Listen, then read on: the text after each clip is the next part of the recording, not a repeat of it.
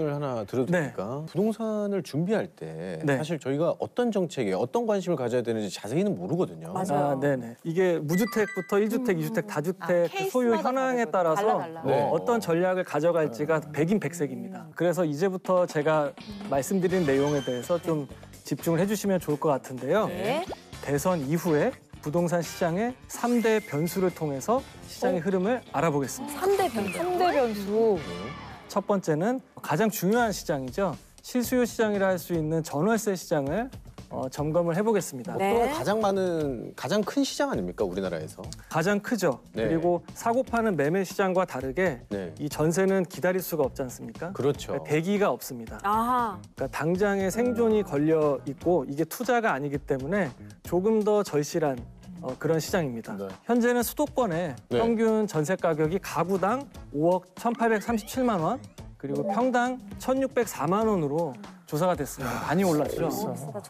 우려가 되는 지점은 이 높아진 전세 가격이 또다시 이 매매 가격을 밀어 올릴 상승 요인으로 작용될 수 있다는 점이 조금 걱정은 좀 되는 부분입니다. 이게 전월세 시장 안정화는 그러면 조금 찾아올까요? 어떻게 예상을 하세요? 안타깝게도 이런 이제 전월세 시장의 단기 안정화는 좀 어려울 전망입니다. 이렇게 판단하는 근거가 크게 두 가지가 있는데요. 첫 번째는 강력하게 이제 공급을 한다고 하더라도 이 물리적인 건축에 들어가는 그 시간 소요는 좀 기다려야겠죠. 그렇죠. 뭐 공장에서 막 찍어 낸다 바로 나오는 게 아니니까. 그렇죠. 그런데 전세는 말씀드린 대로 대기가 없으니까 당장에 벌어진 이 전세 값을 전셋집을 구해야 되는 입장에서 과연 이제 기다릴 수가 있겠느냐 하는 게 이제 첫 번째 그 이유가 되고요. 두 번째는 이 주택 임대 시장에서 그 공공임대가 차지하는 비중이 전체 중에 11에서 12% 수준으로 그렇게 높지가 않다는 점입니다. 되게 낮네, 생각보다. 한 40~50%는 될 줄 알았는데. 아니야. 그렇게 높지는 않습니다. 뭐 지역마다 차이는 있지만 평균적으로 그렇게 높지는 않습니다. 그래서 크게 두 가지 이유로 전월세 시장 단기 안정화가 좀 쉬워 보이지는 않습니다. 단기간에는 안 된다. 두 번째 주요 변수는 거래량입니다. 거래량. 그러니까 이제 전보다 확실히 그 집을 사는 사람의 숫자도 많이 줄었고 이제 거래량이 감소했는데 이게 감소 수준이 역대급입니다.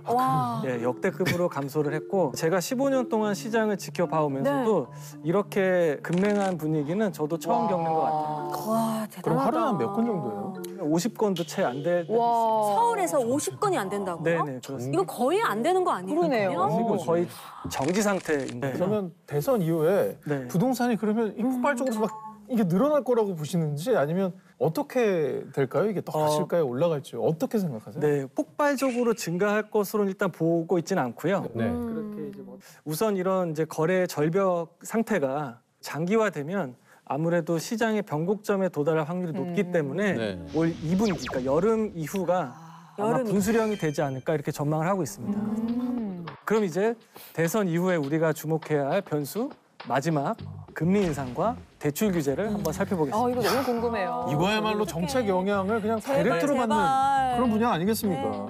네, 그렇습니다. 최근 한국은행이 기준금리를 몇 차례 인상을 단행을 했죠. 그리고 앞으로 추가적으로 더 인상하겠다는 점도 시사를 했는데요. 자산 레버리지, 자산을 일으키는 데 있어서 금리 인상이 부정적인 사실은 누구나 다 이제 알고 있습니다. 대출 규제 함께 보면 돈을 빌려야 되는 사람 입장에서 코로나 이전 수준으로 이자 부담이 지금 같아졌습니다. 그러니까 주택담보대출이 현재 뭐 4에서 5%까지도 나오고 있다고 하는데 이 수준이 만약에 더 추가 인상이 돼서 6%까지 진입을 하게 되면 집값 하락은 좀 피하기가 어려울 수도 있을 것으로 좀 생각이 됩니다.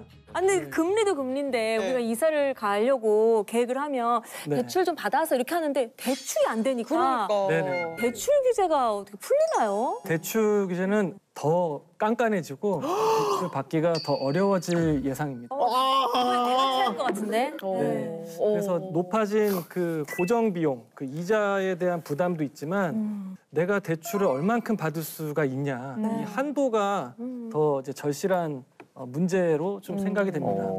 현재 가격이 낮을수록 대출을 많이 받을 수가 있잖아요.